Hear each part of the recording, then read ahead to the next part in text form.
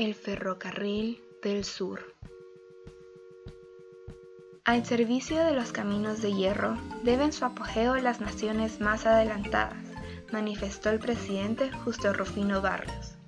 El ferrocarril, uno de los primeros transportes terrestres usados por los guatemaltecos, que comenzó al final del siglo XIX y prosiguió en el siglo XX, cuando en Guatemala soplaban los vientos con alientos liberales y de progreso, modernizándose así para poder compartir con el mundo civilizado. En la actualidad incluso existen pláticas con el fin de revivir la idea de un transporte tan innovador como lo fue el ferrocarril.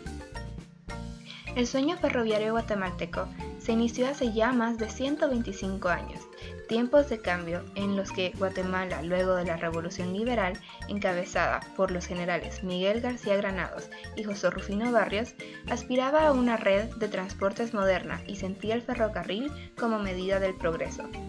Por lo tanto, la Revolución Liberal promovió la llegada del ferrocarril al país centroamericano, además que provocó cambios estructurales e ideológicos que favorecieron a la industria guatemalteca. La historia del ferrocarril en Guatemala se remonta hasta principios de la década de 1860, cuando para estos años el transporte de productos, granos o mercadería como el azúcar, el añil y el café en grandes cantidades se limitaba al acarreo de mercancías y pasajeros por medio de carretas, carretones y carruajes de caballos o por medio de mulas o bueyes. Debido a la complejidad de la historia de cuyo transporte en sus primeros 30 años, se divide en dos partes, la historia del ferrocarril del sur y la historia del ferrocarril del norte, ambas conocidas como el ferrocarril interoceánico o ferrocarril central. En 1862, Rafael Carrera otorgó los primeros contratos con los cuales se establecieron la construcción de los primeros muelles en los puertos del sur de Guatemala. El primer contrato se realizó con el británico Thomas Greenhill y el gobierno para la construcción de 2 muelles de hierro en un lugar conocido como El Zapote, hoy en día Puerto de Iztapa, en el cual se fundó el puerto de San José de Guatemala. Sin embargo, este primer intento guatemalteco de construir esos primeros muelles de hierro resultó fallido, ya que el contratista inglés dejó las obras sin terminar. Luego de la muerte sorpresiva por la enfermedad de Rafael Carrera, fue hasta 1866 cuando el nuevo gobierno de Vicente Serna estableció que el contrato con Thomas Greenhill quedaría anulado, realizando uno nuevo con Pío Benito, que por 56.500 libras esterlinas realizaría las obras de los muelles de hierro. Fue entonces Pío Benito quien terminó los muelles y se inició la primera compañía muellera de Guatemala.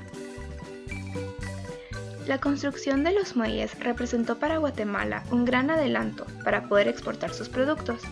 Durante esa época el café comenzaba a tener su auge y crecimiento productivo, así tomándole ventaja al añil, que antes era el producto de mayor exportación para Guatemala. Sin embargo, a estos productores de café les servía muy poco la construcción de los muelles si no contaban con caminos o un medio de transporte que les permitiera trasladar en grandes cantidades sus productos hacia los muelles para su exportación. Esta necesidad despertó el interés principalmente de los productores de café para que se construyera una línea del ferrocarril. Esto llevó a la planificación del mismo y a plantearlo al gobierno. Sin embargo, ni el gobierno ni el Estado de Guatemala contaba con los recursos económicos necesarios para pensar, planificar o construir una línea del ferrocarril.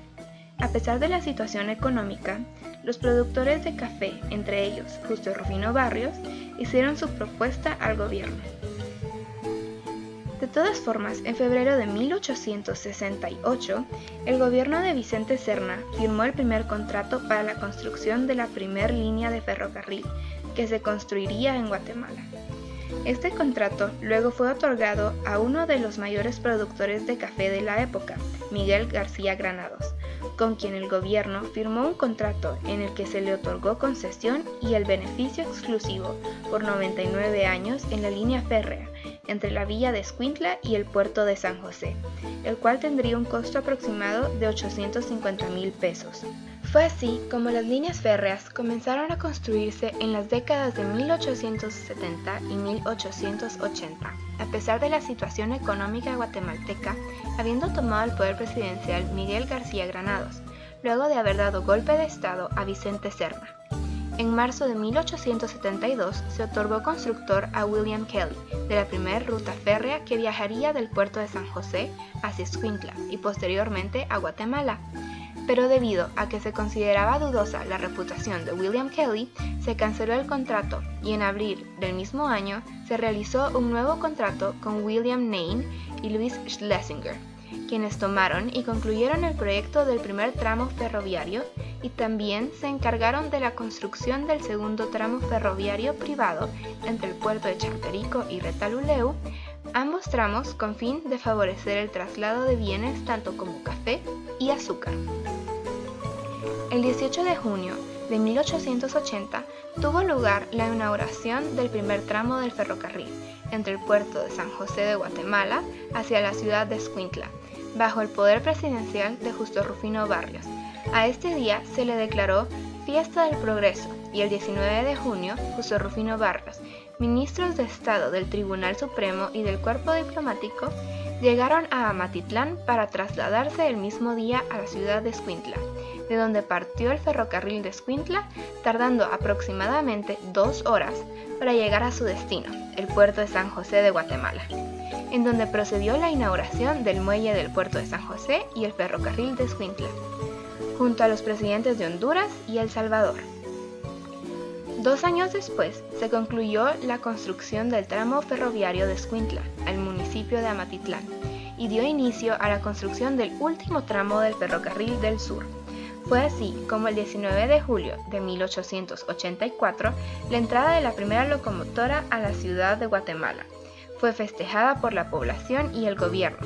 Esta locomotora llegó a la estación central, donde en la actualidad está el Museo del Ferrocarril, en la 9ª Avenida y 18 calle de la Zona 1 de Guatemala, así dando por concluida la primera fase del sueño del ferrocarril central, el Ferrocarril del Sur, dando lugar a comenzar la segunda fase, el Ferrocarril del Norte, que fue inaugurada en 1910. Pues como no habían carreteras, solamente los trenes se movían.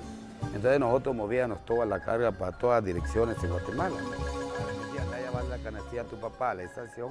Él me daba el privilegio tan hermoso de decirte, mira, mijo, subiste aquí, manejar la máquina, mira, echémosle arena, echémosle agua. Y él me comenzó a enseñarme los primeros tanes, como dicen, a manejar locomotor.